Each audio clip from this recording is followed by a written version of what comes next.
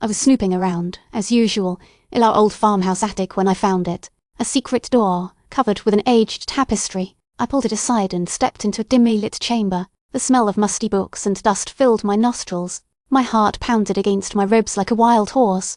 My eyes adjusted to the darkness, revealing stacks upon stacks of old letters and photographs. I picked up one letter, trembling slightly.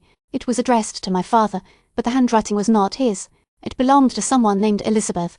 My stomach twisted into knots as I read the words written in fervent desperation, promising a future together. I found more letters, all from the same woman, and they painted a picture of a torrid affair that had taken place decades ago. My father's betrayal hit me like a physical blow, leaving me gasping for air. I felt betrayed, not just by my father, but by his lies and deceit that had ruled our household all these years. I confronted him that night, tears streaming down my face as I read aloud the words he'd written to this woman. His eyes darted around nervously, avoiding mine. He confessed, his voice barely above a whisper.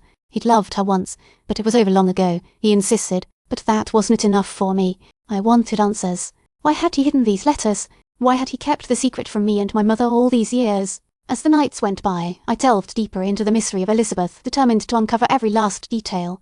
My investigation led me to a grave in the nearby cemetery, marked with a simple headstone bearing her name. The date matched the time frame of the letters I'd found. She had died young, leaving behind a child, my half-brother or sister. I felt a rage building inside me, a burning desire for justice. How could he do this to me and my mother? How could he betray us so deeply? I couldn't let it go, not without making him face the consequences of his actions. The more I learned about Elizabeth and our unknown sibling, the more my anger grew. I felt cheated out of a family, out of a connection that I would never have with this mysterious figure from my father's past, and I couldn't forgive him for that. I confronted him again, this time with the truth about Elizabeth and our half-sibling. He tried to apologize, to explain, but his words fell on deaf ears. I couldn't listen anymore. As the days turned into weeks, the tension between us grew thicker and more suffocating. I felt trapped in a house with a man I could no longer trust or respect. The once warm and loving bond between my father and me was now shattered beyond repair. One fateful night, as I lay awake in bed, unable to sleep, I heard footsteps on the staircase. My heart pounded as I listened to my father descend into the darkness below. In a fit of rage, I grabbed a knife from the kitchen and followed him, intent on exposing his lies to our family once and for all. But as I stood there in the dimly lit living room, watching my father crumble under the weight of his secrets, I felt a strange sense of sadness wash over me. He was no longer the man I had grown up admiring and loving. He was just another flawed human being, capable of great cruelty as well as great love. I turned away from him, unable to bring myself to reveal his secrets to my mother and sister. Instead, I made a promise to myself, a promise that I would never let this betrayal define me, or allow it to tear our family apart any further.